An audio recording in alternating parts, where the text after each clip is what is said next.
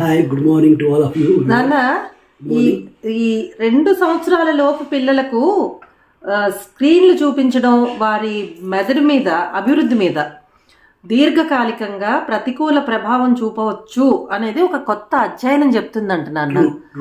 So చెప్పండి, దీని మీద మీ ఒపీనియన్ చెప్పండి.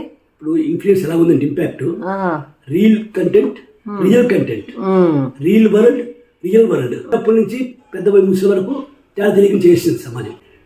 తల్లిదండ్రులు కూడా పిల్లలకి అనుబంధం పెంచుకోవాలి. ఆ టైంలో స్పీకింగ్ నేర్పించాలి, మాట నేర్పించాలి. తల్లిదండ్రులు బిడ్డలు కలిసి ఉన్న టైంలో బిడ్డ పిల్లలకి అలవాటు చేస్తే స్క్రీన్ ఎక్కువైపోతుంది.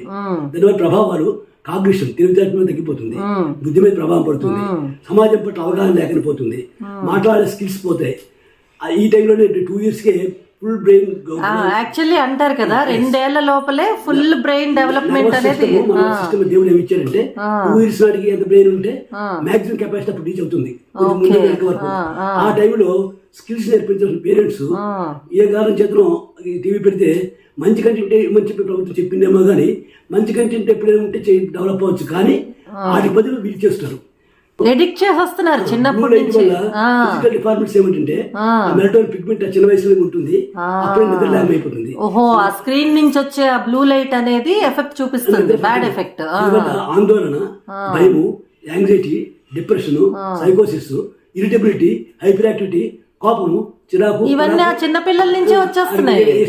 చేస్తే భోజనం పెట్టి ఓహో, నిద్ర పట్టడం మీద కూడా ఎఫెక్ట్ ఉంటది అనమాట. అలాగే ఒబేసిటీ, చిన్నప్పుడు ఒబేసిటీ వచ్చిందంటే పెద్దవాళ్ళం పూర్తి దెబ్బతింటుంది. లైఫ్ అంతా అక్కడే పడిపోతాడు. బాడీ గ్రోత్ డెవలప్ అవ్వాల్సిన పీరియడ్ లో ఫుడ్ అలవాటు అయిపోయి మెటబాలిజం మారిపోతుంది. సో కాగ్నిటివ్ స్కిల్స్ మారిపోతాయి. సో క్రాంకీగా కూడా అయిపోతున్నారు కదా మొబైల్ ఇవ్వకపోతే. అసలు ఉదాహరణకి ఈ మధ్యన టీవీలో నేను చూసి పిల్లడు 2-3 years పిల్లడే ఈ కుక్క కరిస్తే రేపిసి చూశాడు టీవీలో అంట. అదే విధంగా కుక్కతో పాటు గబ్బిలాలు కూడా వస్తాయి అని అక్కడ చదివారు కదా.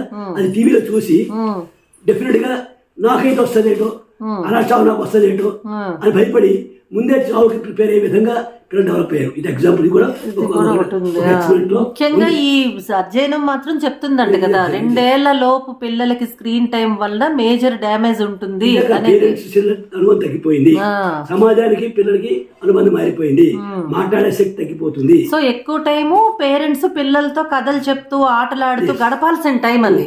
పిల్లలకి ముఖ్యంగా మీరు ఇంతకు ముందు చెప్పినట్టుగా 2 ఏళ్ల లోపే అభివృద్ధి అంతా ఉంటది కాబట్టి ఆ గ్రోత్ కి సద్వినియోగం చేసుకోవాలి. ఏదైనా ఉంటే వచ్చేయండి. మనం రోజు నేను మా డాక్టర్ నాన్న ప్రతి రోజు 2 to 5 లైవ్ లో మర్చిపోకండి. సరే, థ్యాంక్ యూ నాన్న. నెక్స్ట్ వీడియోతో నెక్స్ట్ లైవ్ లో మళ్ళీ వచ్చేద్దాం.